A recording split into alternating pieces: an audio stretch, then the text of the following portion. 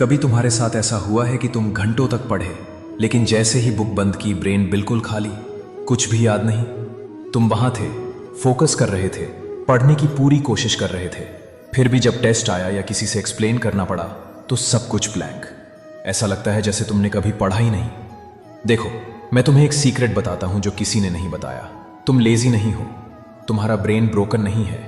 Problem यही है कि तुम्हारा ब्रेन फैक्ट्स स्टोर ही नहीं करता, ये एक्सपीरियंस स्टोर करता है। और ये बात तुम्हारे टीचर्स ने, तुम्हारी टेक्स्ट बुक्स ने, तुम्हारे कोचिंग क्लासेस ने कभी नहीं सिखाई। इसलिए देखो क्या होता है, तुम अपने फेवरेट शो का हर सीन याद रखते हो, फेवरेट सॉन्ग के हर वर्ड तुम्हें याद है, उस रैंडम स्टोरी को याद रखते हो जो किसी ने तुम्हें 5 साल पहले सुनाई थी, पर जो डेफिनेशन तुमने 10 बार पढ़ी वो टेस्ट में गायब। क्यों? क्योंकि तुम्हारे ब्रेन को रिपीटिशन से मतलब नहीं, उसे मतलब है कनेक्शन से, इमोशन से, एक्सपीरियंस से। जब तक इंफॉर्मेशन तुमसे पर्सनली कनेक्ट नहीं होता, जब तक वो तुम्हारे इमोशन से लिंक नहीं होता, तुम्हारा ब्रेन उसे टेम्पररी समझता है और डिलीट कर देता है।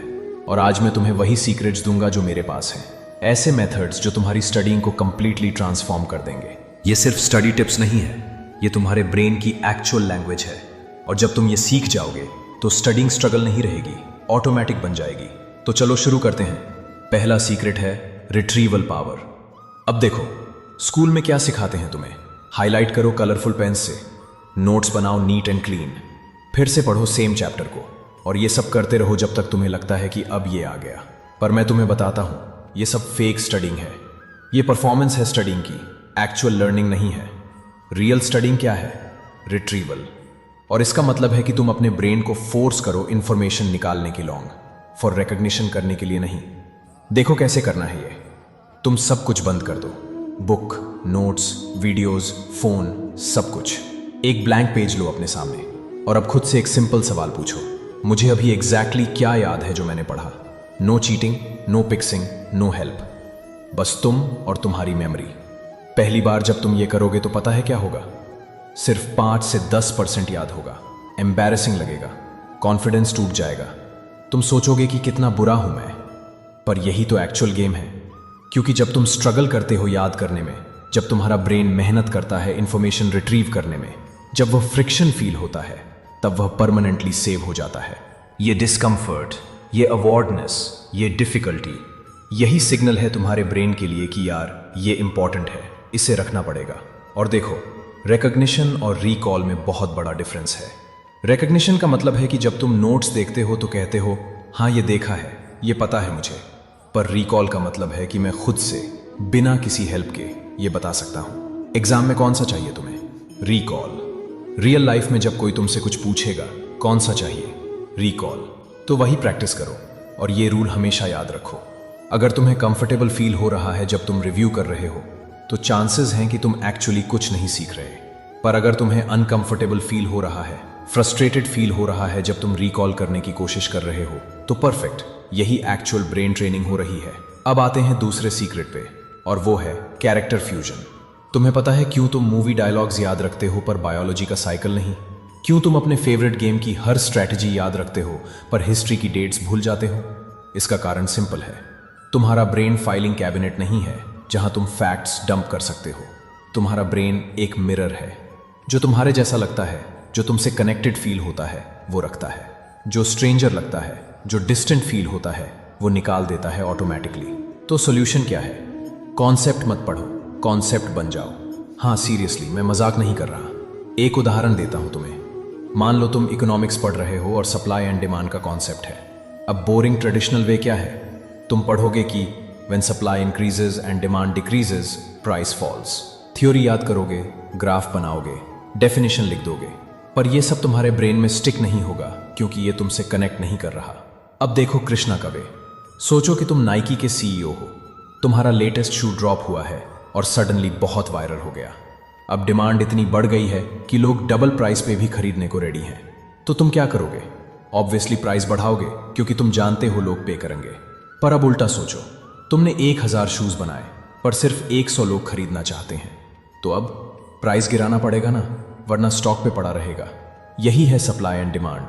पर अब ये तुम्हारी स्टोरी बन गई, तुम्हारा एक्सपीरियंस बन गया, तुम्हारी थिंकिंग बन गई। देखा डिफरेंस? सेकंड वाले में तुम हो, तुम्हारी डिसीजन मेकिंग है, तुम्हारा पर्सपेक्टिव है।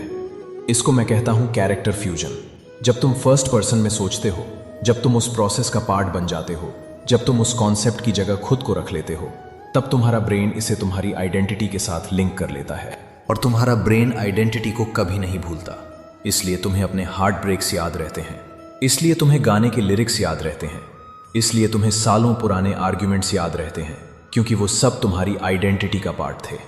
तो अब से हर 5 मिनट में एक बार ये करो, रुक जाओ और पूछो, अगर मैं ये प्रोसेस होता, अगर मैं ये कॉन्सेप्ट होता, तो मैं क्या कैरीडा, मुझे क्या चाहिए होता, मैं किससे बचता, मैं अपना काम कैसे करैक्टिसा। प्री फ्रंटल कॉर्टेक्स पढ़ना है तो सोचो, मैं एक CEO हूं ब्रेन का। मैं प्लान्स बनाता हूं दिन का, मैं बैड आइडियाज फायर कर देता हूं क्योंकि वो डिस्ट्रैक्ट करते हैं। मैं पूरी टीम को कंट्रोल में रखता हूं। माइटोकॉन्ड्रिया पढ़ना है, सोचो मैं पावर हाउस हूं सेल का। मेरा काम है एनर्जी बनाना और पूरे सेल को फ्यूल देना। अगर मैं काम नहीं करूंगा तो सेल ही मर जाएगा। ड्रामेटिक बनाओ इसे, पर्सनल बनाओ, चाहे स्टूपिड भी बनाओ, क्योंकि जो ज्यादा वियर्ड होगा, जो ज्यादा मेमोरेबल होगा, वो ज्यादा स्टिक करेगा। तीसरा सीक्रेट है और ये बहुत पावरफुल है, इंफॉर्मेशन को कॉम्प्रेस करो। देखो मैं तुम्हें एक सच बताता हूं जो कोई स्कूल में एडमिट नहीं करता। तुम्हारा ब्रेन एंटायर चैप्टर्स स्टोर करने के लिए बना ही नहीं है। वो पैटर्न्स स्टोर करता है, वो स्टोरीज स्टोर करता है, वो हैंडल्स स्टोर करता है, पर पेजेस और पेजेस ऑफ टेक्स्ट नहीं। इसलिए तुम्हें लगता है कि रीरीडिंग प्रोडक्टिव है, पर टेस्ट में सब ब्लैंक हो जाता है, क्योंकि तुमने इंफॉर्मेशन दिया तो बहुत, पर तुम्हारे ब्रेन को पता ही नहीं था कि इसे ऑर्गेनाइज कैसे करना है, एक्सेस कैसे करना है। तो अगर तुम्हें 10 पेज का चैप्टर याद रखना है, उसे हैंडल्स में कन्वर्ट करो। कैसे? सिंपल प्रोसेस है। पहले हर टॉपिक को एक सेंटेंस में समराइज करो। अगर तुम एक सेंटेंस में एक्सप्लेन नहीं कर सकते तो मतलब तुमने अभी समझा नहीं है वो कॉन्सेप्ट। फिर उस सेंटेंस को 2 से 5 वर्ड्स में कॉम्प्रेस करो। ये कॉम्प्रेस वर्जन ही तुम्हारा हैंडल है। उदाहरण देता हूं, वर्किंग मेमोरी क्या है? तो तुम्हारी टेक्स्ट बुक में लिखा होगा कि working memory is the cognitive system responsible for temporary holding and manipulating information necessary for complex tasks such as learning, reasoning and comprehension. बहुत लंबा, बहुत बोरिंग, बहुत कॉम्प्लिकेटेड।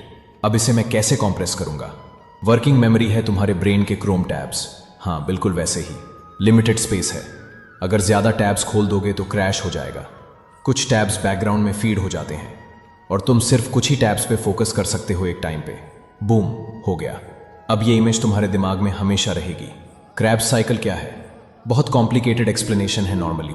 मैं कहता हूं ये है बायोलॉजिकल हमस्टर व्हील। एनर्जी बनाने का लूप है जो चलता ही रहता है, round and round, continuous process. Supply and demand, sneakers drop logic. Hype बढ़ाओ तो प्राइस बढ़ता है, हाइप कम हो तो प्राइस गिरता है। ये जोक्स नहीं है, ये हैंडल्स हैं। और हैंडल्स का फायदा ये है कि टेस्ट डे पे जब प्रेशर होगा, जब एंग्जाइटी होगी, जब तुम्हारा दिमाग ब्लैंक फील करेगा, तब तुम पैराग्राफ्स याद नहीं करोगे। उस वक्त तुम्हें हैंडल्स याद आएंगे, और जब एक हैंडल पकड़ लोगे तो उससे पूरा दरवाजा खुल जाएगा। सारी इंफॉर्मेशन ऑटोमेटिकली आ जाएगी। मैं इसे चंक कोलैप्स मेथड कहता हूं। इंफॉर्मेशन को छोटा बनाओ, पावरफुल बनाओ, मेमोरेबल बनाओ। क्योंकि रिकॉल के लिए स्टडी मत करो, एक्सेस के लिए स्टडी करो। अगर तुम्हारे पास एक्सेस पॉइंट है तो इंफॉर्मेशन वहां से फ्लो हो जाएगी। चौथा सीक्रेट है जो बहुत लोग इग्नोर करते हैं, बॉडी को जगाओ। देखो कभी ऐसा होता है ना कि तुम डेस्क पर बैठे हो, बुक ओपन है तुम्हारे सामने, नोट्स रेडी हैं, पेन हाथ में है, पर ब्रेन कहां चला गया? वर्ड्स पढ़ रहे हो पर कुछ जा ही नहीं रहा अंदर। लाइंस रिपीट कर रहे हो पर मीनिंग समझ नहीं आ रहा। ये स्टेट में पहला थॉट क्या आता है? यार मैं लेजी हूं, मैं फोकस नहीं कर पा रहा, मेरे साथ कुछ प्रॉब्लम है, मुझे और ट्राई करना चाहिए।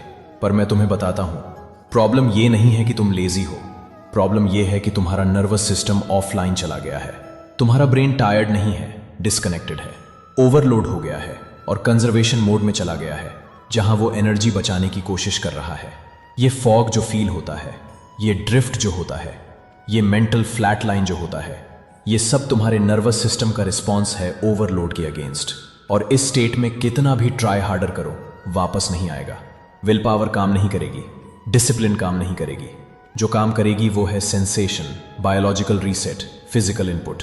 तो क्या करना है? Quick physical interventions. एक आइस क्यूब लो और अपनी नेक के बैक पे रख लो 10 सेकंड के लिए।